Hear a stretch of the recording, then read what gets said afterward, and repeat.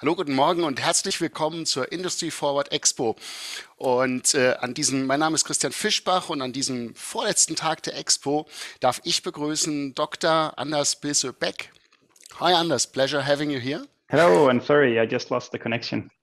So, Fine, as long as you're here for the presentation. Anders wird gleich sprechen darüber, wie Automatisierung die industrielle Arbeitswelt verändert. Und ja, an diesem Punkt ziehe ich mich raus und überlasse Anders die Bühne. Anders, your stage. thank you very much. And I'm so happy to be here to be able to talk to you about how to empower the change the work is being done in the world in the future for now. Yeah, as I said, my name is Anders. I'm Vice President for Innovation and Strategy at Universal Robots. So I'm responsible for new technologies for manufacturing, strategies around how we can actually drive the change in manufacturing and how we can make the world of manufacturing a better place. Now I'm very happy to start diving in and talking about how to empower the change the work is done in the future of automation. So the way things are changing in the world of manufacturing, we had a large transformation over the last 30 years in manufacturing, or maybe even the last decade in manufacturing, where we sort of transformed the industry from manual manufacturing. We brought in the mechanization, we brought in digitalization. But what we see, the biggest change that's been happening for the last decade is also to be thinking much more in a more human-centric way around how manufacturing is done. Right? We have worked on how to make structures. We have worked around how to make processes more efficient.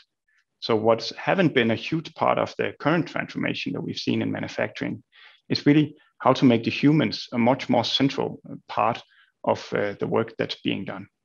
And why is that important? Well, it's important for many, many angles, right? One of the important things is that's really what the world needs for our type of manufacturing. The work we have left in our factories, the work that is needed to create the products that we as end users needs does require a large amount of human touch. There's still many, many processes that are difficult to do with automation, but there's also a lot of customization. There's actually a lot of creativity needed to produce these products.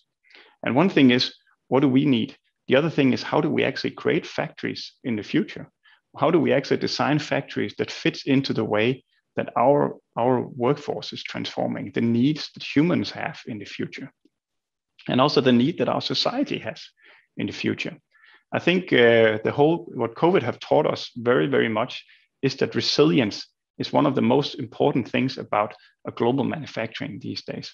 So having manufacturing where we don't necessarily rely on human workforce to be driving the actual processes, we actually want to have a sort of a global resilient manufacturing where we have production sites all across the world, more than we have production sites at one single place in the world. So really driving resilience, really driving the way that manufacturing is done in a way where agility, the ability to change to the ever-changing environment of manufacturing is really a requirement for the manufacturing of the next decade. So this is a huge change. Sustainability is a really, really important part. We at UR care very, very much about sustainability. How can we actually be able to transform the world to a place where we care about our planet, we care about the mental well-being of our workers, and we really care about how the world makes products in a way that also can bring the world forward the many next decades. This transformation is a big thing. We, as you are, actually sort of branded the Industry 5.0 concept driven by our founder, Esben Østergaard, even 5 years ago. And now it's becoming a big policy thing in Europe to really drive how do we get manufacturing to the place where it's about talent, it's about really using the intelligence of our workforce to the very best possible way to make a more sustainable and more resilient way of manufacturing. So when you think about the whole transformation, I talked a bit about it. The whole industry 1.0 to 4.0 has been all about how do we optimize our processes? How do we manufacture even more intelligently? And what's been happening a lot in the industry 4.0 idea transformation has been a lot of it's been about digital processes. It's been about creating much more digital supply chains, it's actually also been a dramatic shift in how we think about building components. So there's been a transformation towards more digital systems and also very much different types of people involved in processes. In the end, what was forgotten in this whole transformation is there's still people doing the actual work. Of course, the more robots we get into the factories, the more sort of intelligent work the humans in the factories can do. But there's so much work left. There's so many processes that we still need to automate. So it's all about how do we actually get to a world where human value creation will be the core driver of how manufacturing is done, how we can actually build the products that our customers need. But in the end, we also need the quality that automation can give us. We need the sort of resilience in our supply chain that we know robots can give us. So it's all about finding these opportunities and really transform how work is done. I think what the industrial mechanization taught us is that it's a very, very efficient way to produce products. When you sort of design manufacturing lines, you have sort of lines of machines working together on building things. What we did use that learning for was to design a lot of factories in similar ways. We actually designed factories where humans were working like machines. We tasked people to tend machines, taking parts in and out of machines every 20 seconds, every 10 seconds. And that's not a very value-creating task for a human to do. There's other much more value-creating, not necessarily engineering jobs or administrative jobs, but there's a lot of value-creating jobs in factories that does require the skills of humans, that require the dexterity of humans, or even the creativity of humans. And that's the transformation we need to come to. We as Universal Robots want to create a world where it's not about working like robots. We want to create a world where it's about working with robots. And what we see and where the transformation is so successful, and it happens everywhere in the world as we speak, people are transforming, they're embracing new technologies. But where it really works is when we have the champions, the people that actually dive in, embrace technology, and drive the wave of how manufacturing is done. It requires people that embrace technologies, work with the robots in their factories. It's not a new way to be ordering turnkey solutions from a well-known supplier. This is a way of thinking about how do we actually get automation to the factories, and how do we as factories embrace the technology, work with it. So really getting the humans back as the center of manufacturing. We can both use the precision, the accuracy, the repeatability, and the resilience that machines bring, but we also need the creativity. And going for a full automation in very complex systems is not the transformation that's going to help us from getting all the efficiency in sort of the remaining jobs that we have in automation. It's really finding the right balance and how work is done in a pure collaboration between robots and people.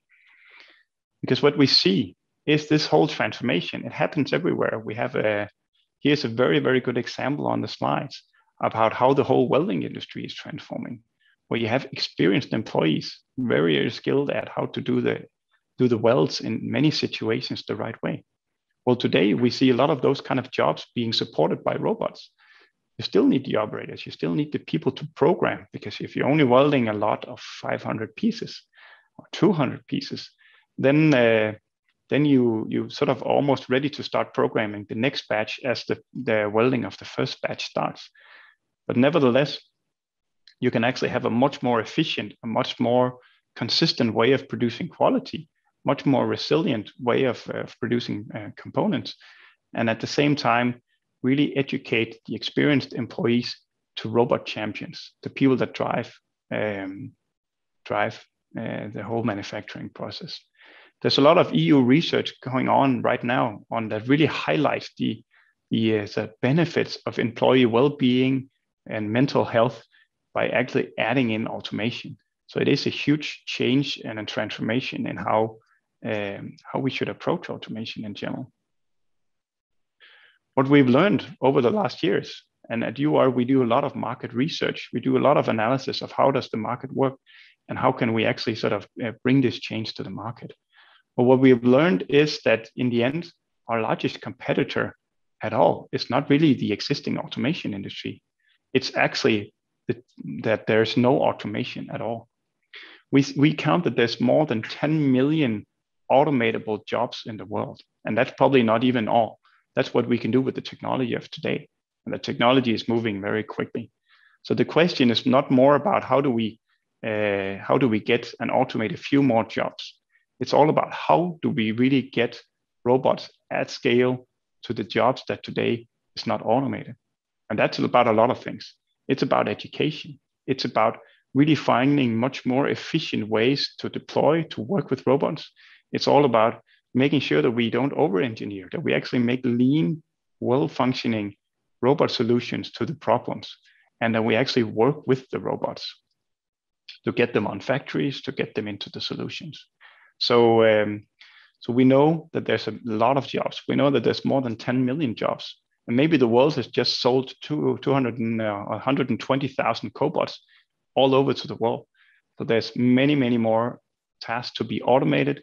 Nevertheless, there's a number of barriers between us, right?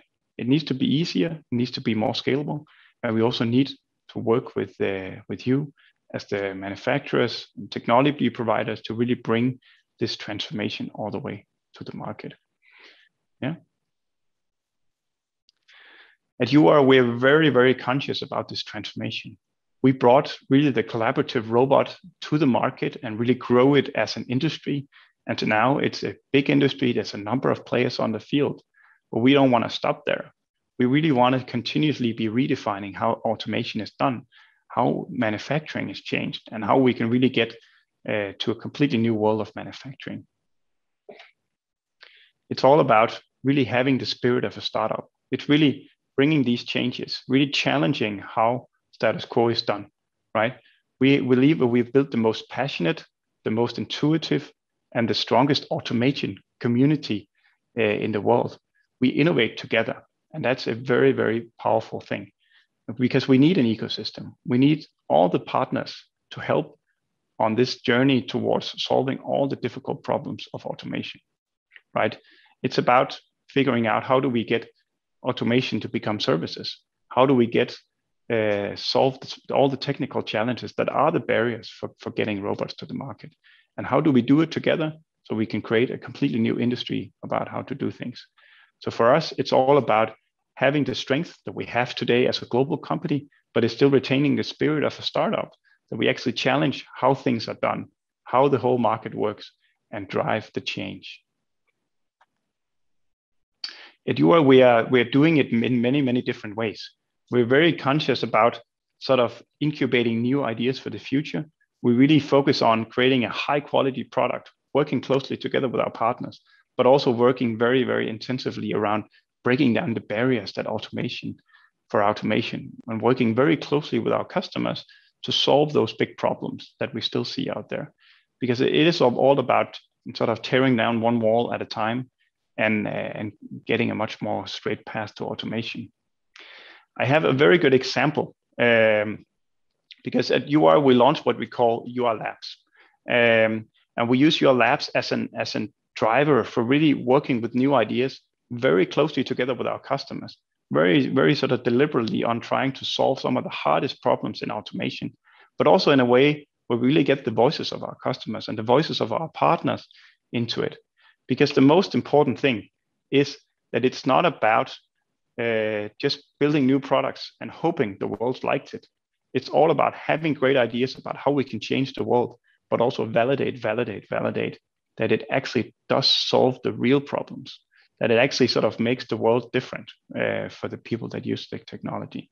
So it's all about sort of employing this learn, build, measure loop, right? We need to have great ideas. We need to build them. We need to put it to the market, put it in front of our customers, learn from it, and do better. And so I think we have a very, very good example. And that's we ran just in the spring of this year, a large initiative around how do we really get value of connecting robots to the internet, the connected services. How can we really make that valuable for the small and medium-sized companies? And what we did already is sort of saying, what is the biggest customer pains we can actually solve with this kind of technologies? And what we learned is that there's a lot of our customers, especially our small and medium-sized customers, that run thinly manned shift. But they actually lose a lot of production because there might be a process that stops, or if there might not even be anyone at the site to sort of restart the robots. That could be very costly challenges for them. So we brought along a solution.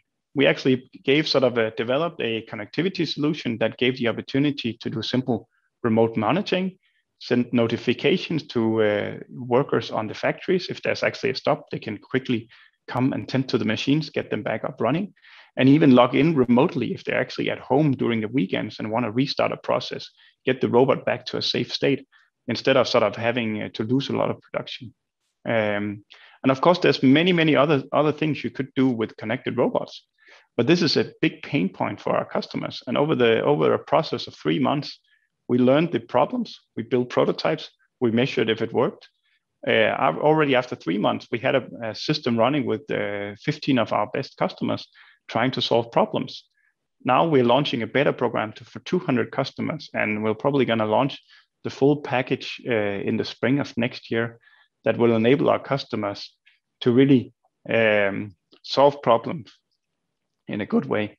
And we really validated all the way through, right? We had all of our alpha and beta users connecting their robots, no problems. We had 89% of our alpha users spending a lot of time working with us, improving the product, validating all the hypotheses. And even we had 56 of our customers that received the beta product actually paid for having a functional running product. So that's the best sort of evidence you can have that we're really solving problems in the world and moving ahead. And this is going to be the way that we can keep transforming the world of manufacturing in a much faster cadence than we've ever done before. UR+ is our platform. This is the platform where we connect producers of technologies to the customers that we have, right? And producers of technology, today we have 290 partners that signed up and actively working together with us for building products. It's both like final application kits, it's components from automation, and they actually integrate it tightly into our robots. You can deploy the solutions. You can very easily integrate the components and being ready to produce. We also have a huge network of integrators, of distributors that are ready to sort of work with you as customers and find solutions. The most important thing and what the world really needs is a way to connect this strong network of producers, the amount of strong partners, to actually the customers, because there are millions of automatable tasks out there. There's a lot of customers that has the need, that are Googling, that are networking and trying to find a solution. But we need to take that to a completely another level. We need to figure out how do we actually get the opportunities for automation, the technologies, to a completely different place where it's much more accessible, where it's for sort of the broad audience of consumers. Right? And it's all about industrial consumerization in the end. We know it from a lot of consumer products. We have our iPhones and so on that has a very strong ecosystem of apps, but it's very accessible. It's a thing where you can buy a phone one day and you can actually have access to a huge portfolio of solutions that are ready to go. All the support, all the services that you need is right there in front of you. And that's the transformation we need to do. And we need to do it together. It's all about working together. It's all about creating a business for the industry where we get solutions to customers much quicker at much more attractive costs, because we don't need to re-engineer everything. We need to sort of standardize things. We need to work on modularizing things and really pushing it to the market. So that's really the big changes that we see happening in the industry, right? It's all about getting to the tens of millions of jobs that are out there that are not yet automated. How do we break down those barriers? Yeah. So with that, I think I want to thank you for at least putting in the UR perspective on how we believe automation is changing for the future, what we are doing to drive that transformation, to really help getting the human spirit back in automation, getting people to work with the robots instead of working like robots, and how we all in the ecosystem of automation need to work together to really break down all these barriers that still are there, where we need technology. We also need partners. We need the services and the supply chain to really get automation to the next level. So thank you, and I hope you have some questions, and I'm very ready to answer. Thanks a lot, Anders. Oh yeah, you can stop your sharing now. I'm really glad we didn't lose you at the beginning, because it would have been a real pity to have missed this session. Thanks for your vision on the future industrial work environment, and our viewers had quite a few questions on that, and you still are welcome to have questions, to use our tools, auch gerne in Deutsch, ich übersetze das gerne, and we'll answer them here. To come to our first question, from experienced employees to cobot champions, you had one slide on this, and one question is, how does education have to change to enable people to become a cobot champion? I think it's a very, very good question. Because there's a lot of education needed. So our education absolutely have to change. I think we're working very closely with the technical schools. We're working closely, actually, even down to high schools, to not necessarily train people, especially in robotics, but it is a general skill that is needed, right? So absolutely working with this type of technologies will be a huge demand for the industrial educations in the future, because it will be a thing where every operator in a modern factory needs to have some level of skills on how to operate these kind of equipment. Thankfully, the level of complexity for operating these kind of technologies also drops very quickly. So it's not necessarily a long education in very complex programming. It's actually how to use intuitive tools, how to get comfortable with actually operating, let's call it a different type of machinery than you've been used to operating, because it needs you to be interacting with it. But in practice, it's not. I would even argue that it's more intuitive, that it's easier to work with than sort of the hand tools or the machinery that we've seen for the past decades. So I do think it's a transformation that happens many places in our lives, that we are getting used to working with more sort of mature technologies, more intuitive technologies, if you will. And I sort of apply our creativity through these kind of tools. This kind of answers already a more detailed question I have on this topic, education. It's about the picture you had with all these mostly women, I think, sitting in row like robots. One viewer asks, what do these people do in the vision of your vision of the future? They are not that highly educated, maybe. So true, but do you have to be highly educated for using the cobot? No, and I think actually that's the biggest transformation that the sort of the vision for Industry 5 has, right? That maybe in the past we've been moving in a direction where you need higher and higher levels of education, really working with very complex digital tools. I don't think the world is about that. It's actually about sort of embracing how do you use the creativity and how do you use the capabilities of the people that we have in our factories already. So I think and there's actually a lot of studies that have been put around this, right? That there's pretty much close to no evidence that deploying these kind of automations to factories actually reduces the staff count. Most companies actually grow. They have much better mental well-being, and will find much better ways to sort of use the people working with the robot or sort of working in the processes.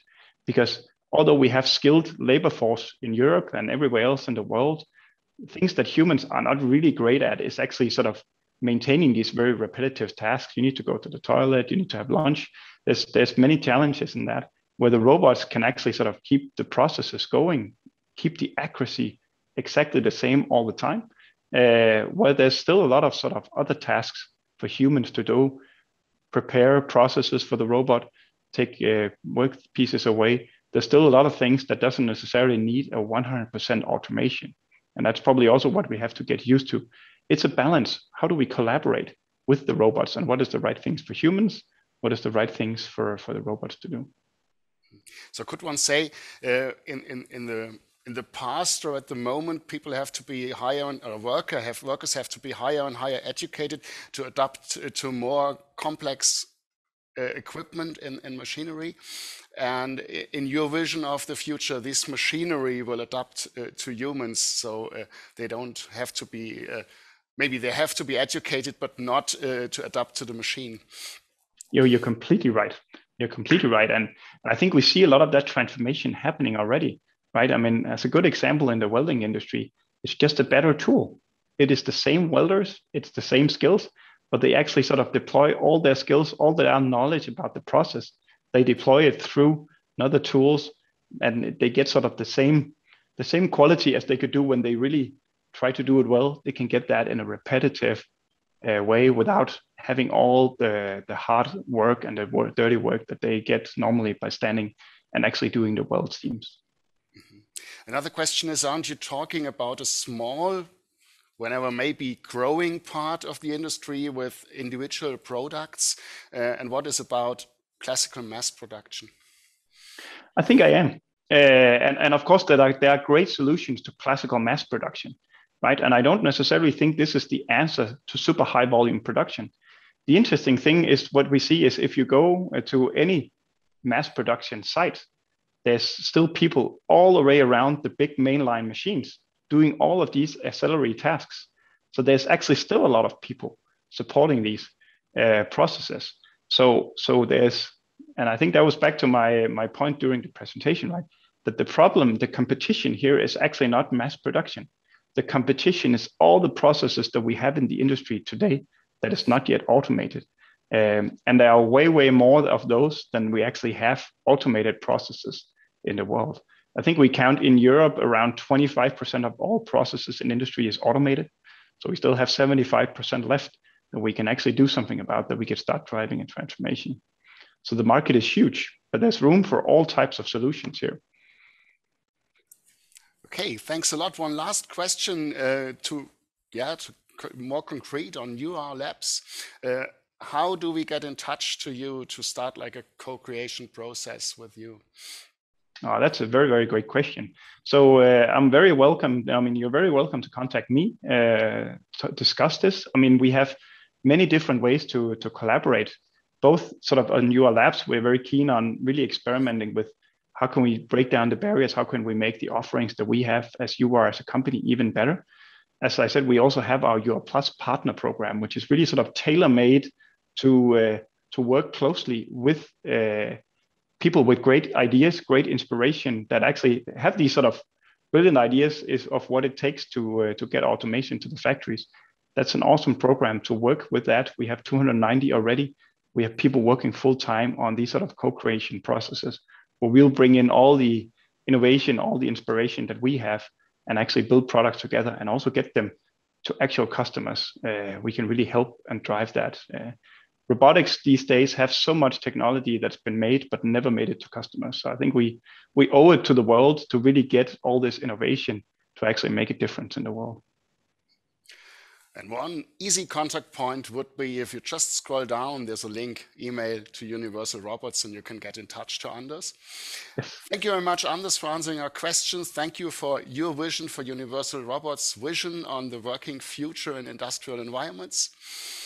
Thank you oder vielen Dank an euch dort draußen für eure Zeit, die ihr uns geschenkt habt. Danke, dass ihr dabei wart. Aber schaut auch gerne in die Recordings, die wir haben von den Sessions, die schon stattgefunden haben. Da hat sich viel Spannendes angesammelt. Ja, ich wünsche an der Stelle allen einen guten Tag. Ciao.